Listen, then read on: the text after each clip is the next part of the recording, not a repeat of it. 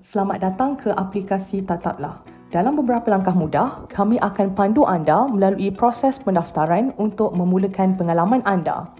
Sebagai permulaan, anda boleh teruskan klik Next dan Get Started.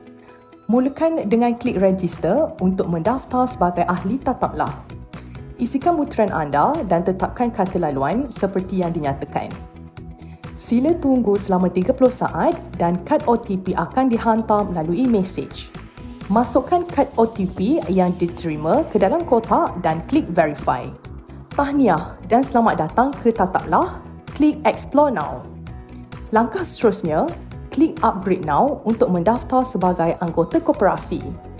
Pilih jenis identifikasi anda dan isikan nombor kad pengenalan anda dan klik Verify. Tahniah, kami telah berjaya mengenal pasti keanggotaan anda.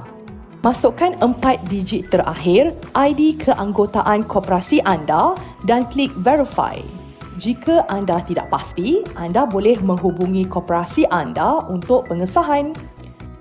Kami telah berjaya mengesahkan keahlian koperasi anda. Sila semak di bawah untuk butiran keanggotaan koperasi yang diaktifkan. Klik Close. Klik Explore Now untuk mengetahui lebih lanjut. Bagi melihat keanggotaan anda, klik Membership. Di laman ini, anda boleh melihat yuran bulanan, jumlah yuran, jumlah saham, tarikh diserahkan dan juga status keanggotaan anda.